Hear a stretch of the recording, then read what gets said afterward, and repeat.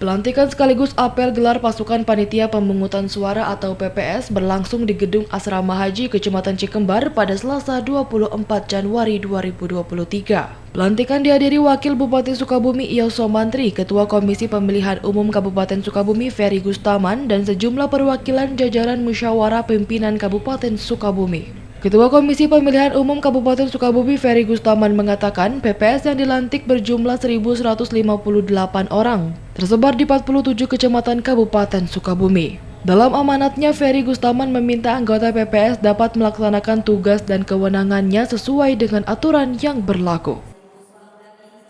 Ya, di tiap desa 3 orang, nanti akan dibantu oleh para sekretariat yang nanti disampaikan oleh para kades ke kami dan bekerja sesuai dengan tupoksi, tugas, fungsi, dan kewajiban di masing-masing desa tersebut. Di tempat yang sama, Wakil Bupati Sukabumi Iyos Somantri menyampaikan dengan dilantiknya ribuan PPS diharapkan bisa meningkatkan kualitas dan integritas serta legalitas para anggota PPS memiliki beban kerja yang matang. Untuk menyaksikan pelantikan PPS di Kabupaten Sukabumi. Pertama apresiasi, kemudian yang kedua berharap bahwa dengan setelah adanya pelantikan ini segera melaksanakan tugas sesuai dengan kewenangan masing-masing mulai tahapan-tahapan yang ada. Kenapa? Karena pengurusan serentak ini pertama memerlukan energi yang kuat, kemudian sumber daya juga yang kuat.